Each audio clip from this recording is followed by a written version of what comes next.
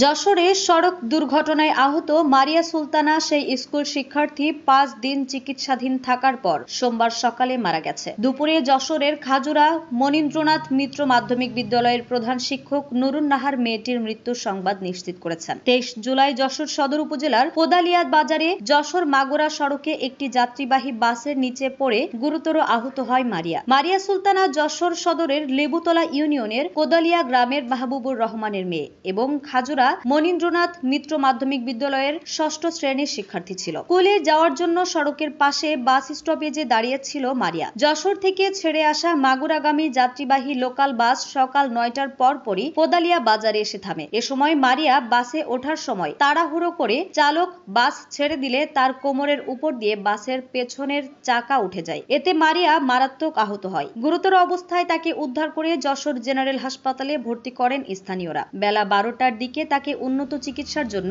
ঢাকায় হস্তান্তর করা হয়। গত 23 জুলাই থেকে মারিয়া ঢাকা মেডিকেল কলেজ হাসপাতালে চিকিৎসাধীন ছিল। মনীন্দ্রনাথ মিত্র মাধ্যমিক বিদ্যালয়ের প্রধান শিক্ষক নুরুন নাহার বলেন, আহত শিক্ষার্থীকে উন্নত চিকিৎসার জন্য যশোর থেকে ঢাকা মেডিকেল কলেজ হাসপাতালে ভর্তি করা হয়। আজ সকাল 10:30টার দিকে চিকিৎসাধীন অবস্থায় মেয়েটি সবাইকে কাঁদিয়ে চিরবিদায় নিয়েছে। নিউজ ডেস্ক, দৈনিক রানার।